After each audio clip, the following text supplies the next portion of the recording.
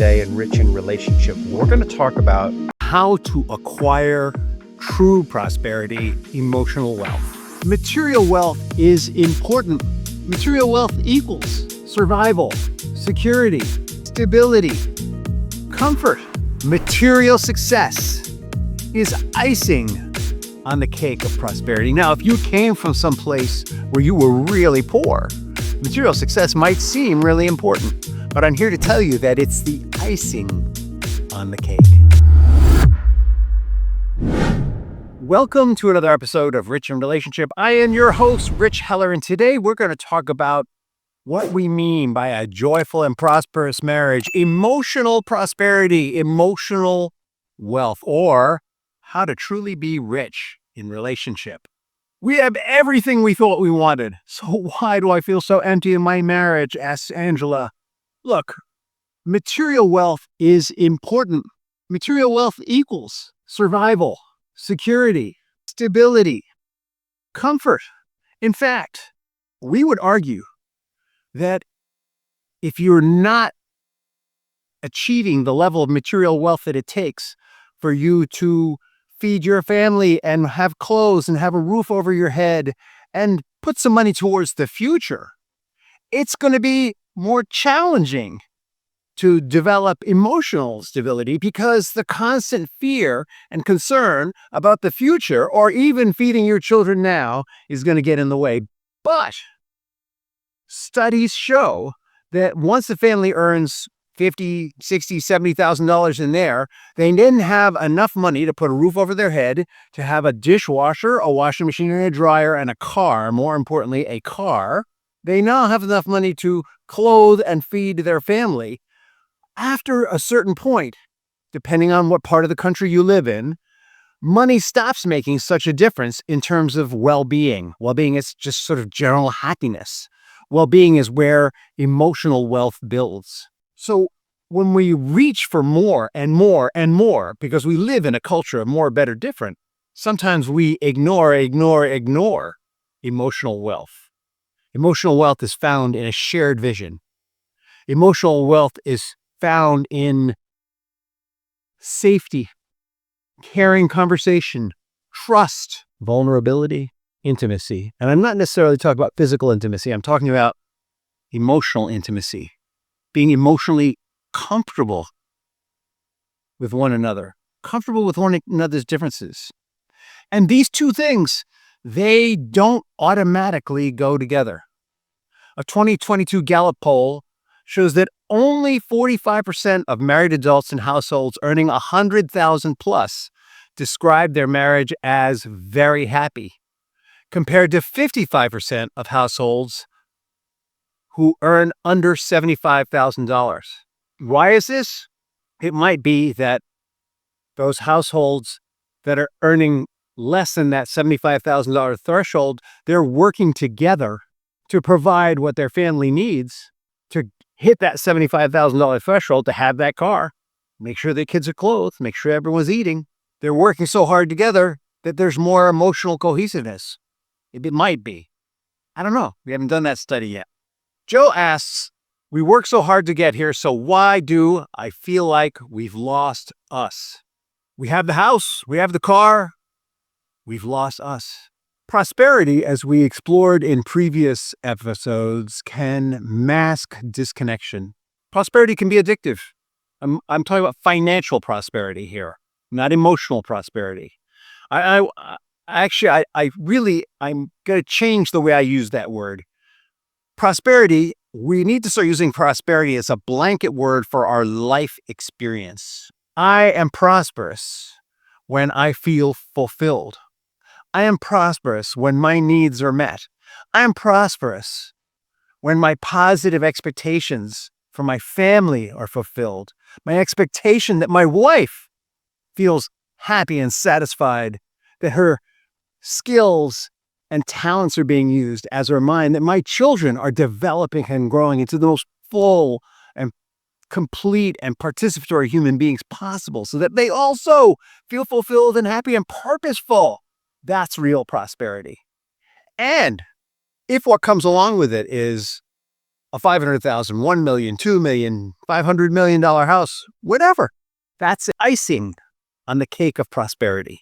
Material success is icing on the cake of prosperity. Now, if you came from some place where you were really poor, material success might seem really important, but I'm here to tell you that it's the icing on the cake. Couples often substitute activities like work, engagement in community, possessions, having the right house or car, or even success, hitting our goals, for emotional depth. We talked in the last episode about what it means to be a human doing. Let's talk about that a little more. The creative process has 3 stages. B, how are you being spiritually, emotionally? What's the vibration that you're creating? And then from that, what are you doing? How are you acting upon that vibration? And then what you have is a result of those 2 things. It is very rare that we can just be happy, joyful, free, and prosperous and have material prosperity, for example. We might have emotional or even emotional prosperity if we don't do something with it. I can have those feelings, but if I don't do something with it, show my appreciation for my loved ones, support them, engage with them, then I won't necessarily have a relationship that is wealthy and abundant. When we engage in doing without considering the being, over time, comfort becomes a buffer against vulnerability. Well, my marriage isn't what I hoped it would be, but look at how much we've created together. Look at this amazing home, great gardens, happy dog. We start trading off. Louisa asks, why do we spend more time managing our stuff than managing our relationship? Louisa's done. We've got a lot of reasons for this. There are a lot of cultural scripts. There's a lot of messaging that we get from the media, whatever your media is, from screens, let's just call it.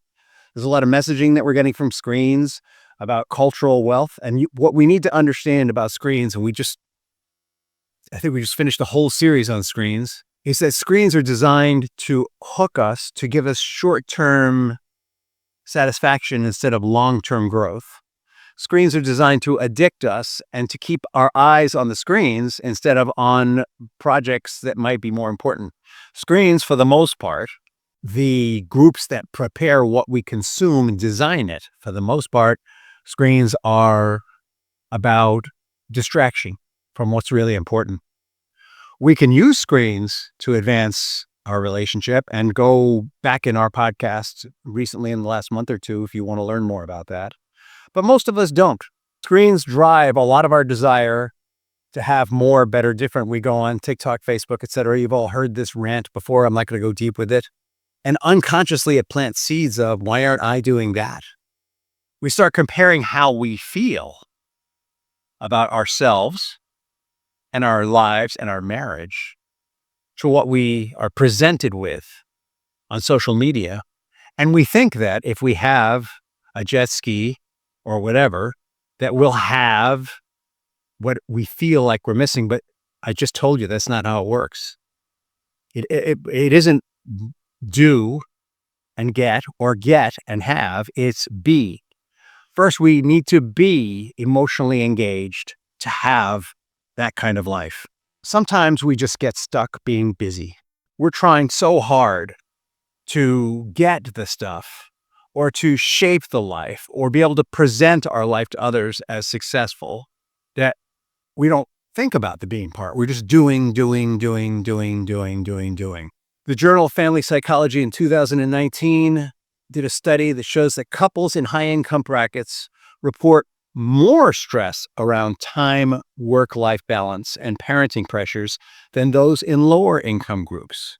And I would argue that's because they're so busy doing and having, they've forgotten how to be.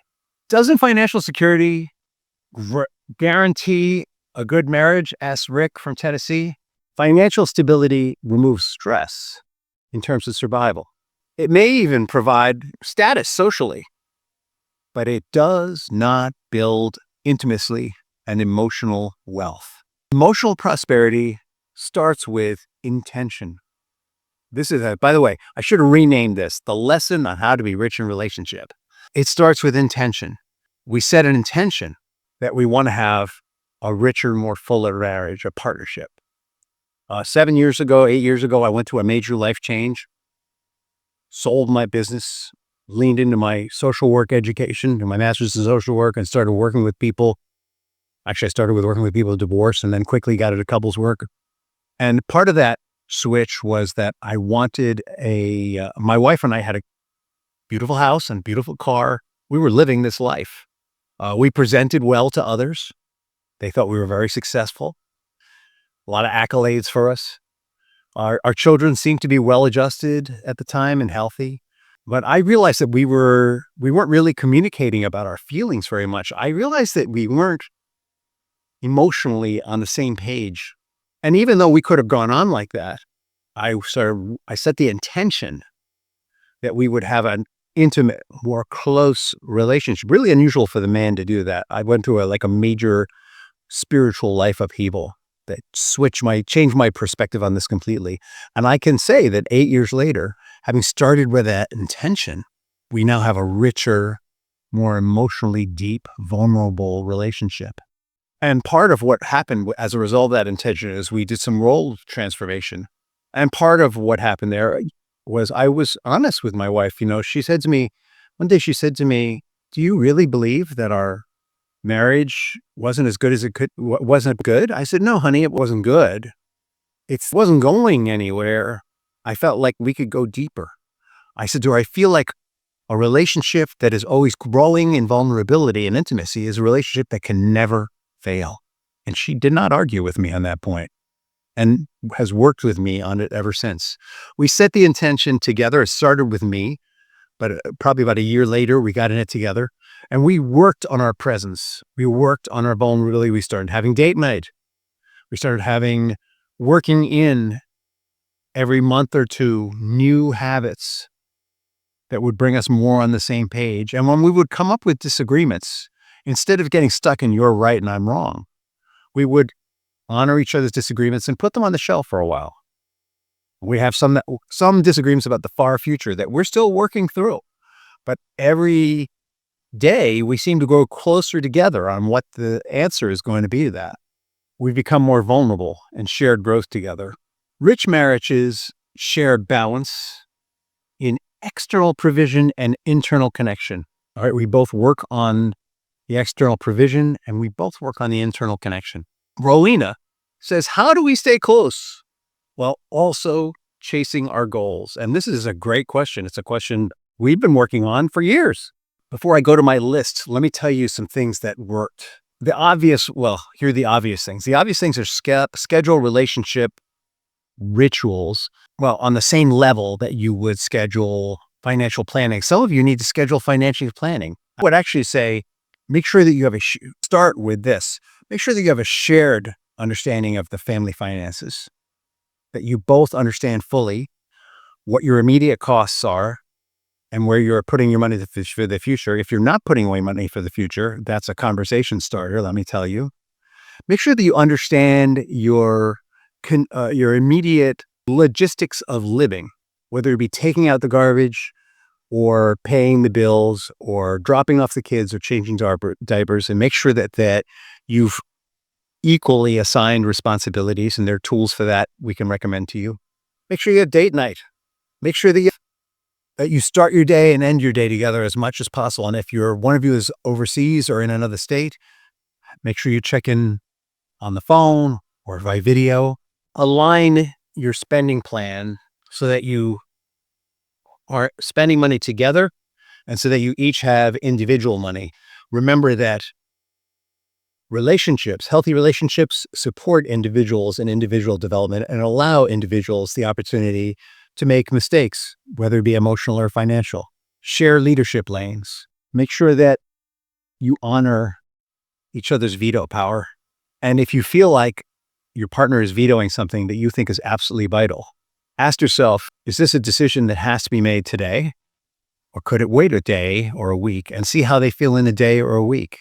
It might be that you're going to change what you think that thing is as much as they are. It might be they're not understanding why it's important to you. It might be you don't understand. But those big picture things that are difficult to agree on, those are the ones you need to really be gentle and careful with. It might mean that you're going to pursue that thing on your own, but pursue it means lay the foundation for that thing to occur. It might mean that you set aside personal money for that thing. It might be that you're going to do research and investigation for that thing, and you're going to continue to attempt to enroll your partner in that idea.